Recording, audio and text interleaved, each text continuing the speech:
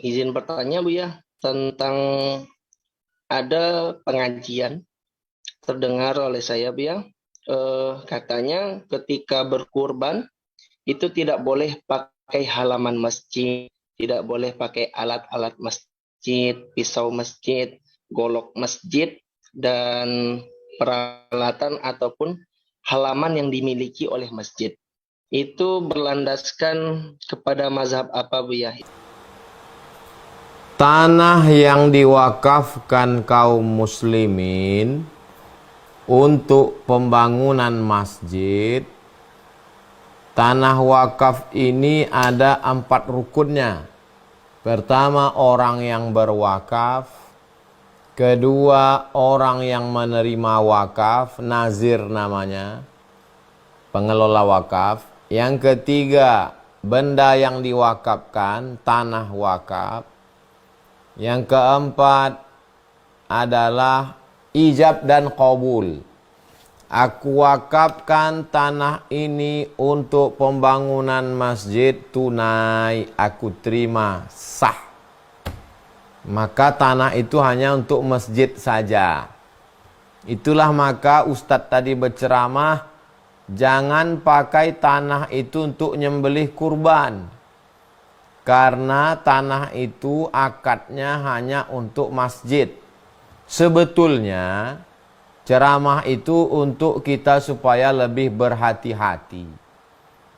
Yang pada akadnya orang yang berwakaf itu biasanya ini untuk masjid dan kemaslahatan umat.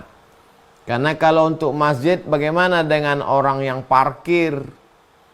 Bagaimana dengan membuka toko di depan masjid yang kebetulan masjidnya pinggir jalan raya? Lalu pengelola masjid membuat ruko-rukonya disewakan, sewanya balik ke masjid. Nah, jadi sebetulnya ustadz-ustadz yang berceramah menyampaikan ini supaya kita lebih hati-hati. Kalau akadnya umat Islam ini mewakafkan tanah itu biasanya untuk pembangunan masjid dan kemaslahatan umat. Adapun pisau yang diwakafkan orang, rasanya belum ada lagi orang berwakaf pisau.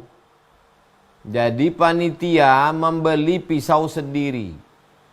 Dari mana duitnya? Dari biaya operasional. Jadi kalau biasanya patungan sapi 3,7, naikkan 3,8. Yang 100.000 itu untuk biaya jaga malam, untuk transportasi, biaya survei, beli pisau, beli terpal, beli cangkol, supaya kita tidak memakai harta wakaf orang.